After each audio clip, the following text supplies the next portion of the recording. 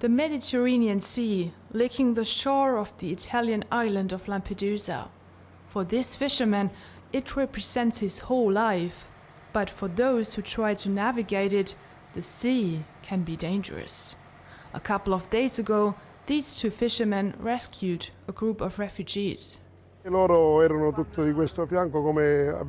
on this side, and as we heard a noise, we realized they were climbing from their boat onto our boat. And they were using this rail to climb up, and then it broke. I was looking at these people, and they had this fear I've never seen before. While tourists and locals enjoy the crystal clear water just a few meters away, out of sight, are exhausted refugees who have spent hour or day-long journeys on small boats. These migrants are only some of the thousands who have reached Lampedusa this year, an island closer to Africa than the European continent. We have just witnessed the arrival of about 15 migrants here behind me, among them one child. We are not allowed to go there, but we know that there are NGOs there, also the Coast Guards and health personnel, and that the migrants will now be brought to the hotspot on Lampedusa. The migrant center here was designed for 250 people. At times it hosts many more than that. Migrants are not allowed to leave the center. The official reason is due to the pandemic.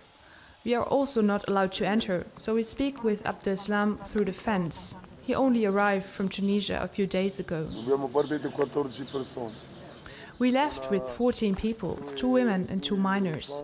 There are no jobs in Tunisia. If there was work in Tunisia, miners would not come here on their own and pay for it.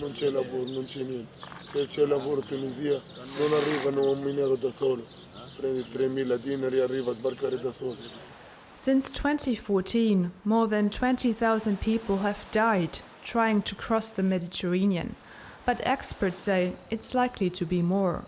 These graves in the cemetery honor some of them. They are being taken care of by the NGO that Claudia Vitali is working for.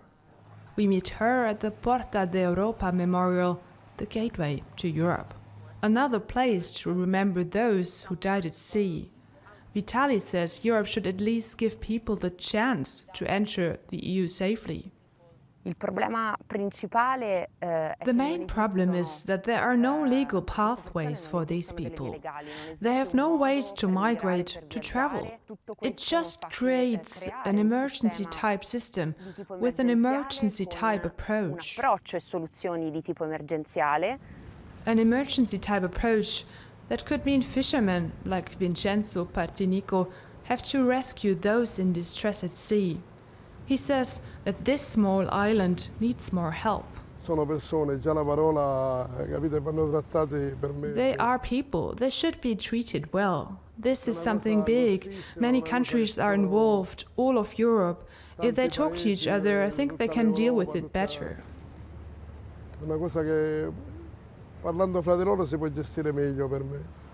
As long as there are no political solutions for those trying to reach Europe's borders, Partinico hopes that those who still decide to make the dangerous journey will make it alive.